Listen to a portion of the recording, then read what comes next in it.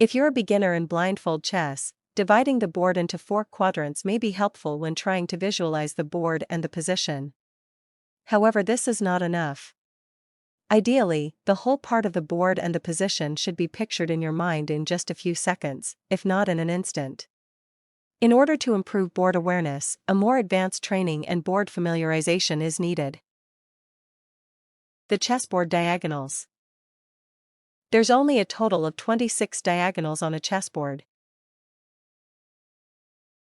Compared to the ranks and files, the diagonals are much more difficult to visualize, that is if you are not familiar with them.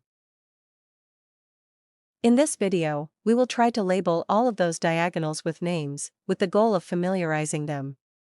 The purpose of the labels is to distinguish each one of them, and it is not necessary to recite the names of the diagonals, as it would only get in the way. The diagonals will be labeled with more meaningful names instead of using the coordinates. This will make sense later when you're used to it. Exercises involving diagonals will also be recommended, and we'll also make more videos for it separately. The following are the diagonals on a chessboard. White king's long diagonal. White king's short diagonal.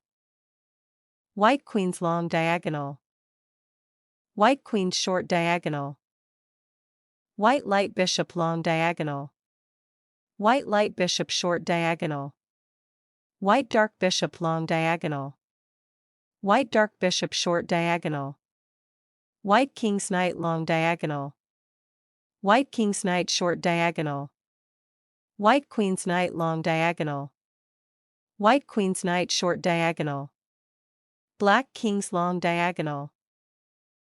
Black king's short diagonal.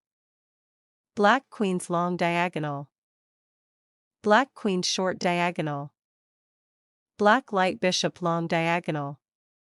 Black light bishop short diagonal. Black dark bishop long diagonal.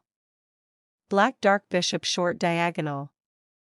Black king's knight long diagonal. Black king's knight short diagonal.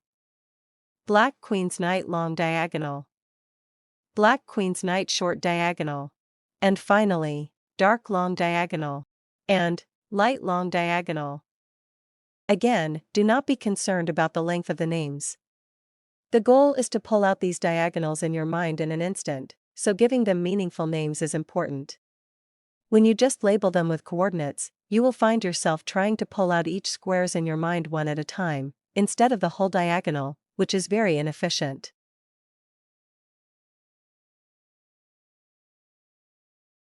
Applying the 4 quadrants, you will see that there is a pattern to these diagonals, which you will find helpful in trying to memorize them, as these patterns repeat.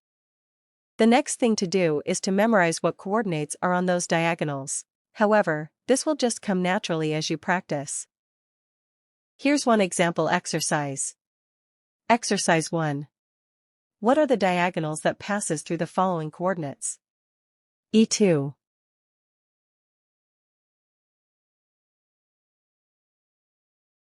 White queen's long diagonal. And white light bishop long diagonal. E4.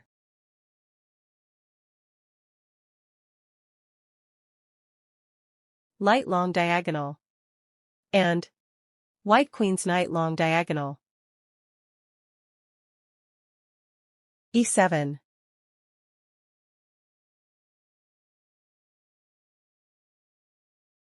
Black queen's long diagonal. And black dark bishop long diagonal.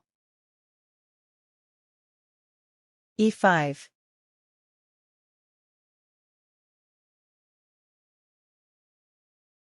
Dark long diagonal. And black queen's knight long diagonal. If you noticed, you have just looked at and considered the diagonals that are involved in the popular king's pawn opening and black's popular reply to it. Pawn e2 to e4, and pawn e7 to e5. Now you can combine the exercise with rank and files in addition to diagonals using the same method, and using it with popular openings. Here's another exercise. Exercise 2. On one diagonal, look at the coordinates that it passes through, and visualize what other diagonals it intersects with.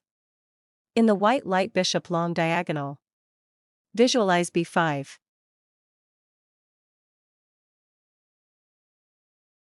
This intersects with black king's long diagonal. Visualize a6. This intersects with black light bishop short diagonal. Notice that you have just looked at and considered the prospects of where your light bishop can be moved from its initial position. Again, you can combine the exercise with rank and files in addition to diagonals using the same method, and using it with popular openings. Has this helped you improve your chessboard visualization? Write your thoughts in the comments.